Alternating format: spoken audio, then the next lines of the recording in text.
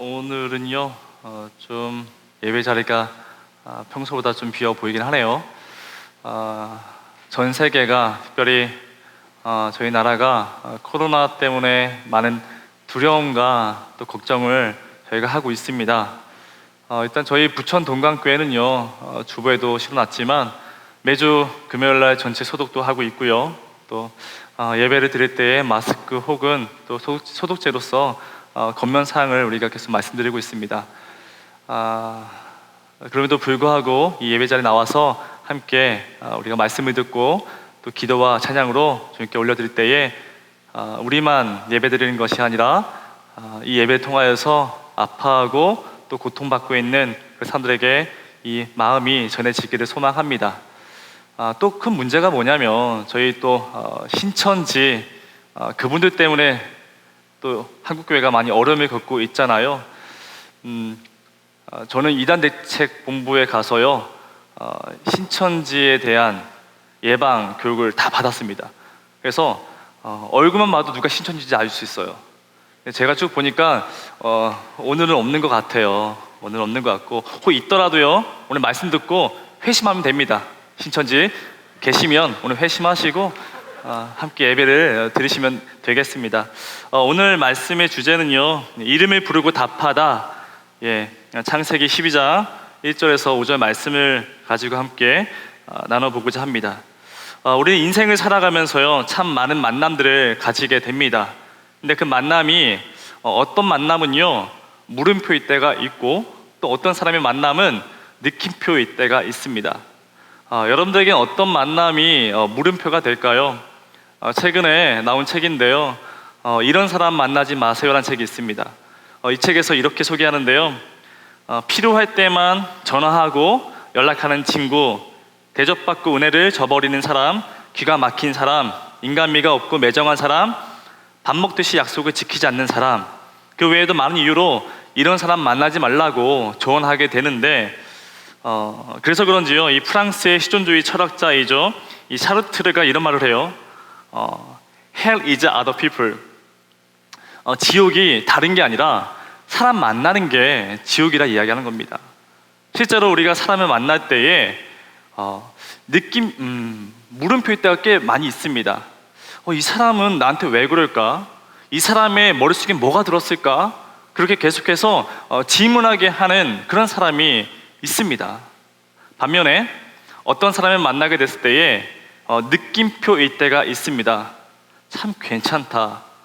어쩜 저렇게 정직할까? 성실할까? 그래, 하나님의 사람은 아마도 저런 사람은 아닐까라는 그런 느낌표를 가지게 하는 사람도 있습니다. 여러분, 한번 우리 옆 사람을 바라보세요. 느낌표예요? 아니면 물음표예요? 표정을 봐서는 잘 모르겠습니다. 중요한 건 뭐냐면요, 처음에는 느낌표였다가 나중에는 물음표일 때도 있고요, 처음에는 물음표였지만 계속 만나다 보니까 느낌표일 때가 있습니다. 저와 여러분들의 그 만남이, 그리고 2020년 함께할 이 공동체와 이 저희 세이들이 계속해서 끝까지 느낌표이기를 소망합니다. 아멘. 그런데 여러분, 우리의 만남 중에서도요, 아주 커다란 물음표의 만남이 있습니다. 이분을 만나게 되면 항상 큰 물음표일 때가 있어요. 누구일까요? 바로 하나님이십니다. 우리가 생각하기에는요, 하나님 만나게 되면 느낌표이겠지만 막상 만나보신 분들은 아실 겁니다. 하나님을 만나게 됐을 때에 네 하고 대답하는 것이 아니라, 네? 정말이요? 왜 나에게 이렇게 힘든 일을 겪게 하시는 겁니까? 그런 질문을 던지게 하는 그런 만남이 하나님의 만남이라는 것입니다.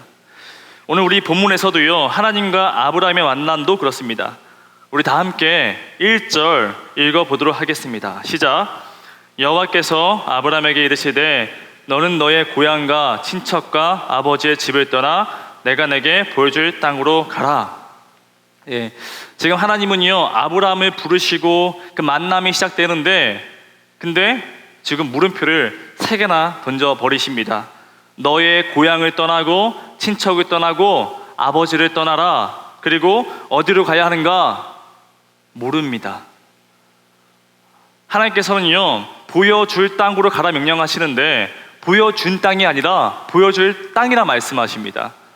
우리가 너가 지금 가지고 있던 것을 다 뒤로 하고 서울로 가라, 너가 가진 것을 다 내버려 두고 부산으로 가라, 그러면 그곳이 어떤 곳인지 검색이라도 해보면 될 텐데, 하나님은요 목적을 말씀해 주지 않으십니다. 그저 말씀하시는 것은 떠나라, 가라라고 말씀하십니다.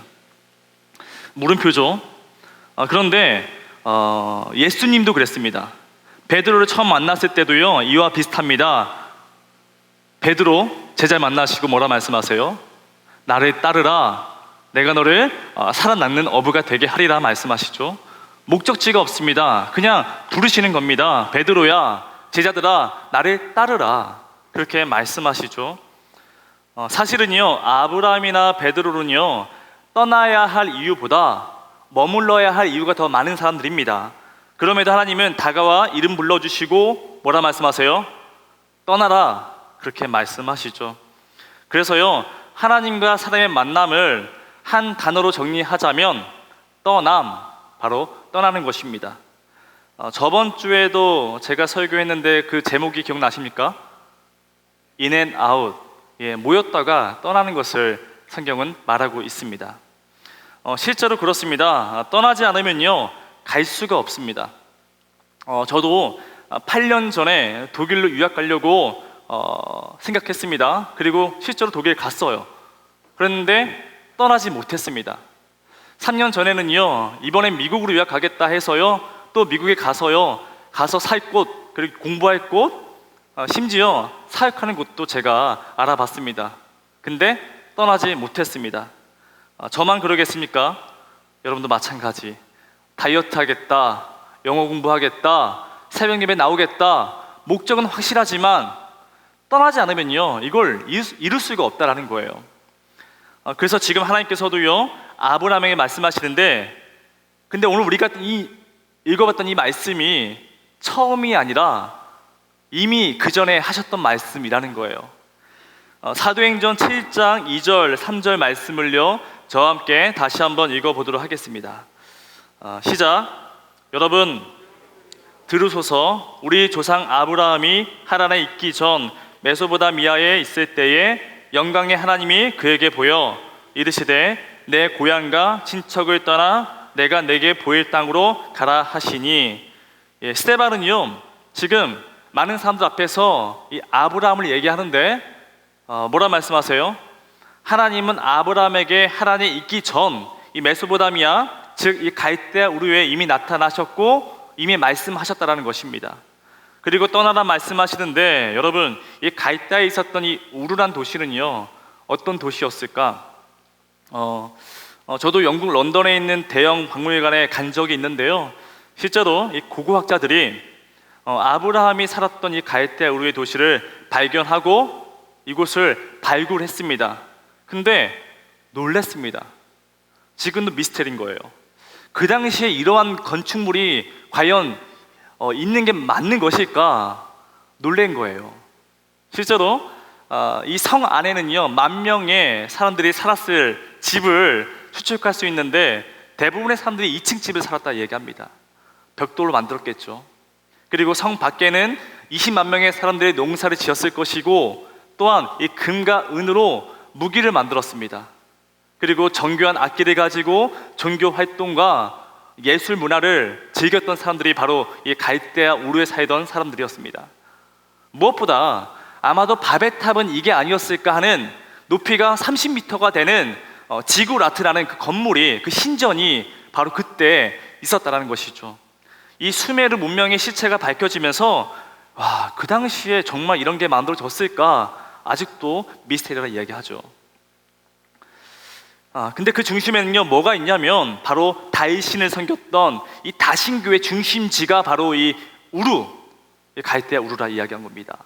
성령 충만한 곳이 아니라 우상 숭배가 충만했던 곳이 이 바로 우루라는 도시인데, 이곳에서 하나님 말씀하시는 거예요. 떠나라, 떠나라 말씀하시는 것이죠.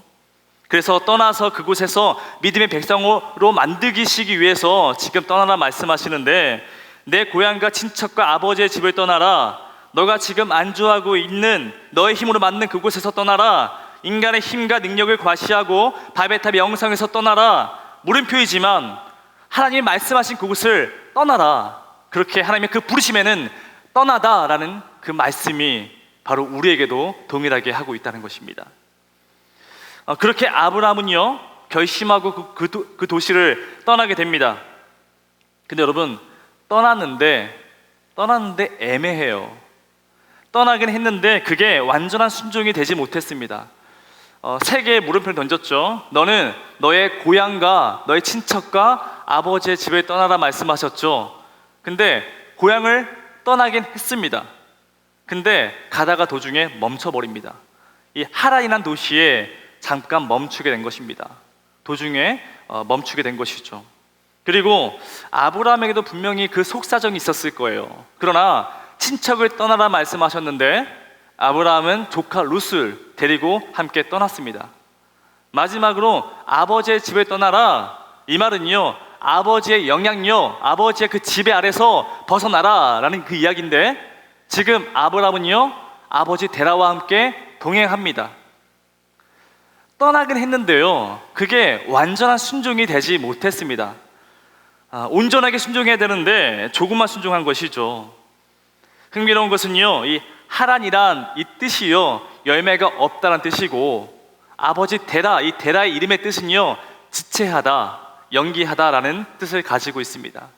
그러니 하란에서 머물렀던 그 시간은요 아브라함에겐 열매가 없고 또 시간을 지체한 그 시간이 바로 이 하란의 시간이었다는 것입니다. 여러분, 순종에는요 여러 가지 있는 것이 아닙니다. 딱 두 가지만 있습니다. 순종이냐 불순종이냐. 여러분, 순종과 불순종, 만약에 60%라고 가정해 봅시다. 내가 그 사람에게 60% 순종했습니다. 그러면 순종일까요? 불순종일까요? 정의 내리기 어렵죠? 여러분, 과반수가 넘으면 그게 순종이 될까요? 아니라는 거예요. 99% 순종해도요 1% 불순종하면 그건 순종이 아니라는 것입니다. 여러분, 사랑을 하는데요 다른 여자에게 49% 마음을 줬습니다. 그리고 내 여자친구에게 51% 마음 줬어요. 그게 사랑입니까? 사랑 아니에요. 여러분, 제 마음속에는요 아내밖에 없습니다. 여러분, 이래야 결혼할 수 있는 거예요. 그래서 그 사람에게 전적인 내 편이 되어주는 것이 사랑 아니겠습니까? 순종도 마찬가지, 온전히 그 사람을 100% 내가 순종해야만이 그것이 사랑이라 말할 수 있다는 거예요. 그런데 아브라함은요 하란에 머물렀습니다. 왜 그랬을까? 성경은요 하란에 잠시 들렸다라고 표시하지 않고요 거기에 거류하였다, 정착했다 이야기합니다. 그래서 많은 학자들이요 아마도 아브라함은요 이 하란에서 15년 거주했다라고 봅니다. 그러니까 이 갈대아 우르에서 나이가 60세에 출발해서 하란에서 15년을 정착하게 된 것입니다. 여러분, 15년이란 시간이 짧은 시간일까요? 결코 짧지가 않죠. 이번에 31기가 올라왔죠. 우리 31기 친구들 15년 전에 몇 살이었어요? 초등학교도 들어가지 않았던 그 꼬맹이 시절 기억이 나요? 기억이 안 납니다. 지금 아브라함은요 하나님의 음성을 들었어요. 근데 그 15년 지나고 나서 그 말씀이 기억날 리가 없습니다. 그렇게 하나님이 잊은 상태에서 하란에서 15년을 살고 있었습니다. 무엇보다 이 하란이란 도시는요 이 지중해성 기후를 가진 도시입니다. 그래서 이 무역의 거점, 우르와 비슷한 그런 문명의 거점을 만들었던 도시가 바로 이 하란이었습니다. 그곳에서 아브라함의 그 가족은요 아마도 고향에 대한 향수와 정서적인 안정을 느꼈던 도시가 하란이었을 것입니다. 그리고 이 아버지의 영향력 아래에서 벗어나라 말씀하셨는데, 근데 아브라함은요 아버지 밑에 있었습니다. 여러분, 아버지 데라, 그 데라는 어떤 사람이었을까? 여호수아 24장 2절에 글을 이렇게 기록하고 있는데요 다 함께 읽어보도록 하겠습니다. 시작. 여호수아가 모든 백성에게 이르되 이스라엘의 하나님 여호와께서 이같이 말씀하시기를 옛적에 너희의 조상들 곧 아브라함의 아버지 나홀의 아버지 데라가 강 저쪽에서 거주하여 다른 신들을 섬겼으나. 아버지 데라는요, 하나님이 아니라 지금 다른 신들이라고 이야기합니다. 다신교, 그러니까 그의 인생 가운데는요, 하나님이 절대 존재하지 않습니다. 다른 신들을 섬겼던 그 데라의 밑에서 살고 있던 그 아브라함을 보시고선 하나님 뭐라 말씀하세요? 떠나라. 그 바벨탑의 영성에서 그 다신교, 그 다른 신들을 섬겼던 그 데라의 아버지 밑에서 벗어나라. 이것이 지금 하나님의 음성이었다는 것입니다. 실제로 우리의 신앙도 마찬가지입니다. 시작은 했는데 타협하는 경우가 참 많습니다. 용기 내어 결단했는데 중도에 포기하는 경우가 참 많습니다. 시작이 전부라 착각하는 경우도 참 많습니다. 세례를 받고 직분을 받고 그때가 전부이다 생각하는 경우가 참 많습니다. 그러나 하나님의 부르심은요, 떠나라, 그 부르심은 시작이지 완성이 아니라는 거예요. 이번 주에 리더들과 먼저 이 본문을 가지고 공부를 했는데요, 공부를 마치고 어떠한 리더가 저에게 개인 카톡을 보내왔습니다.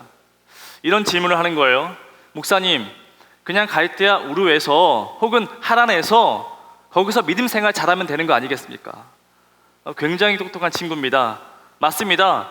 하나님은요, 아브라함에게 복의 근원이 될지라 너를 통하여 복의 통로가 될 것이다 라고 말씀하셨죠. 자, 그러면 갈대아 우르에서 하란에서 그 복음의 통로가 되면 정말 좋은 거 아니겠습니까? 근데 하나님은요, 여러 번 속았습니다. 사람이 모이게 되면요, 조직이 만들어집니다. 그리고 이 조직은요, 힘이 있습니다.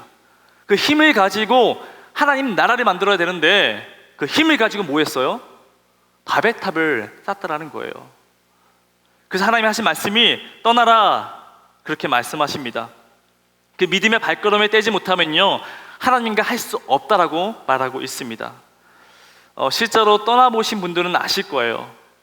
떠나시게 되면요, 믿음의 발걸음을 뗄 때 그 순간 하나님의 손길을 체험하게 되고요, 하나님과 동행할 수 있습니다. 근데 여러분, 떠나게 되는 게 굉장히 두렵고 고통입니다. 그러나 그 떠남의 고통은 하나님의 약속에 들어가게 되고, 떠남의 고통은 새로운 역사의 시작이 됩니다. 그렇게 날마다 새 사람 되어 살아가는 것이 바로 하나님 우리에게 주시는 그 말씀이라는 것이죠. 날마다 새 사람이 되어져 가는 것. 그래서 에베소서 4장에서 이렇게 말씀하십니다. 너희는 썩어져가는 구습을 따르는 옛사람을 벗어버려라. 갈대아 우리에 속해 있던 바벨탑의 영성에서 썩어져가는 그 세상의 힘에서부터 벗어나라. 그리고 오직 너의 심령이 새롭게 되어 하나님을 따라 지으심 받은 새 사람을 입으라 라고 말씀하십니다. 떠나야 합니다. 떠나야 해요. 근데 아브라함은요, 떠나지 못했습니다. 그 발걸음을 떼지 못했습니다. 그 이유가 이 갈대아의 그 바벨탑의 영성에서 눌려 있어서, 하란의 그 풍요로움에 취해 있어서 그 발걸음을 떼지 못했다는 것입니다. 전 이 모습 보면서 아브라함이 어떻게 믿음의 조상이 되었을까? 여러분, 이 아브라함이요, 믿음의 조상이라 불려지기에 너무나 부족한 사람 아니겠습니까? 그러면요, 하나님이 생각하시기에는 처음에 떠났는데 그래서 괜찮은 줄 알았더니만 멈춰버리네? 그러면 다른 사람을 선택해서 그 믿음의 사람으로, 믿음의 조상으로 만들면 되는 거 아니겠습니까? 근데 하나님은 그렇게 하지 않으셔요. 그렇게 하지 않으시고요, 오늘 우리가 읽었던 본문입니다. 하나님이 다시 찾아오셔서 더 추가하지도 않으시고요, 처음 하셨던 그 말씀 그대로 말씀하십니다. 너는 고향을 떠나, 친척을 떠나, 내 아버지의 집을 떠나라 라고 말씀하시죠. 여러분, 그렇게 처음엔 물음표였던 하나님의 그 만남이 15년 후에 아브라함이 75세가 됐을 때에 하란에서 동일한 말씀을 듣게 된 그 아브라함 마음 가운데는 그 하나님 만남이 느낌표로 변화됐을 것입니다. 다시 말씀하신 그 주님이 찾아오셨기 때문에 결단해서 나이가 75세임에도 불구하고 하란에서 다시 떠나게 됩니다. 여러분, 하나님은요, 항상 우리에게도 그렇게 말씀하십니다. 처음에 찾아왔을 때는 그 만남이 분명히 물음표입니다. 근데 한 번이 아니고요, 두 번, 세 번, 네 번 계속 찾아오시는 그 주님의 음성 때문에 우리 마음 가운데는 느낌표가 가득해진다는 것이죠. 예수님도 마찬가지. 베드로에게 몇 번을 찾아오셨습니까? 셀 수가 없습니다.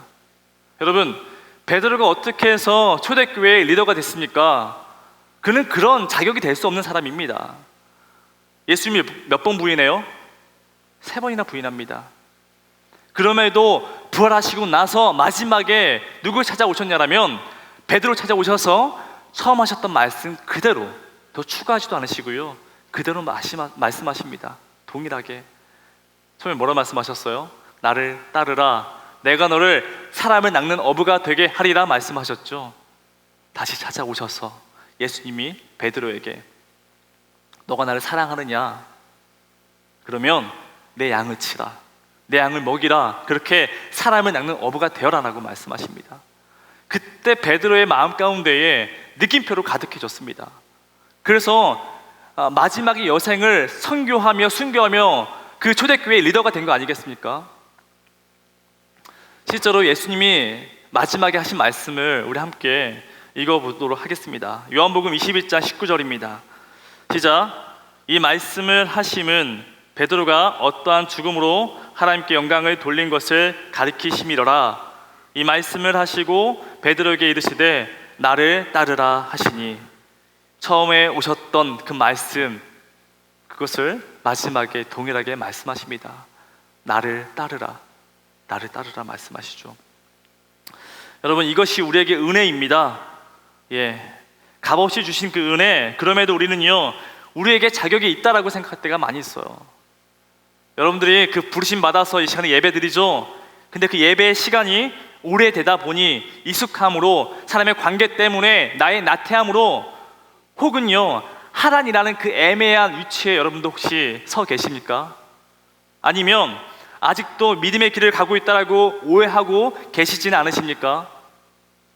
그러나 여러분, 이 시간 하나님이 다시 찾아오십니다. 그 은혜를 경험하시기를 소망합니다. 여러분, 우리에게 십자가가 바로 이런 거예요. 십자가는요 어떤 의미를 가지고 있냐면, 하나님이 절대 우리를 포기하지 않으신다라는 그러한 심볼입니다. 십자가는요 죄수에게 사용했던 도구에 불과하지만 그 십자가를 통하여서 우리를 구원하시고 다시 부활하셨습니다.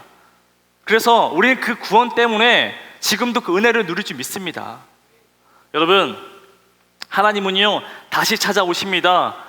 베드로에게 다시 찾아오시고요, 아브라함에게 다시 찾아와서 동일한 말씀을 해주시는데, 지금 우리에게도 동일하게 계속 찾아오시고 이 예배 가운데 찾아오셔서 계속 말씀하세요.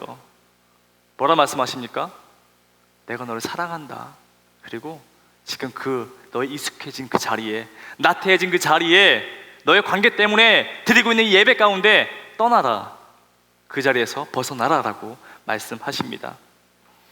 우리 시간에 또 찬양하고 또 결단하여 기도하고 그렇게 예배자에 나아갈 텐데요, 여러분 정말 결단하시겠습니까? 정말 떠나기를 결심하시겠습니까? 그렇게 결심하시고 나서요, 여러분들이 세상에 나가서 마주하는 그 세상은요 높고 화려합니다. 그래서 하나님과 나와의 그 약속이 충돌하게 될 거라는 거예요. 근데 거기에서 여러분들이 발걸음을 더 떼지 못하면 우리는 그 바벨탑이 멋져 보입니다. 그때부터 무너지는 겁니다. 마치 세상은요 골리앗과 마주하는 것과 동의합니다. 골리앗 키가 크죠. 높습니다. 그리고 화려합니다. 키가 2m 70입니다. 그리고 투구와 갑옷 화려합니다. 창을 찔러도요 들어가지 않습니다. 그런 세상과 우린 마주해야 됩니다. 근데 그 골리앗 앞에 사울은 지고요, 다윗은 이깁니다. 여러분, 사울은 왜 져요? 그 같은 화려함으로 싸우려고 그렇게 싸웠습니다. 리틀 골리앗으로. 그러니 이길 수가 없죠. 근데 다윗은요 뭐라 선포해요? 만군의 여호와가 나와 함께 하신다. 그 선포하시고선 세상과 전쟁 나가서 맞짱 뜹니다. 근데 여러분, 다윗은요 갑옷도 입지 않고요. 아주 소박합니다. 돌멩이와 막대기로 나아갑니다.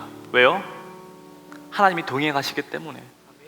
여러분, 이 시간 우리 다 같이 찬양으로 결단하고 기도로 나아갈 텐데, 하나님 정말로 동행하시니 그 마음 가지고, 그 믿음 가지고 내가 세상에 나아가겠습니다. 세상의 그 바벨탑 가운데에 내가 무너지지 않고 온전히 하나님과 동행함으로 인하여서 이겨나가는 믿음의 여정의 그 길을 걸어가겠습니다. 그 마음 가지고 함께 결단하여 찬양으로 나아가도록 하겠습니다.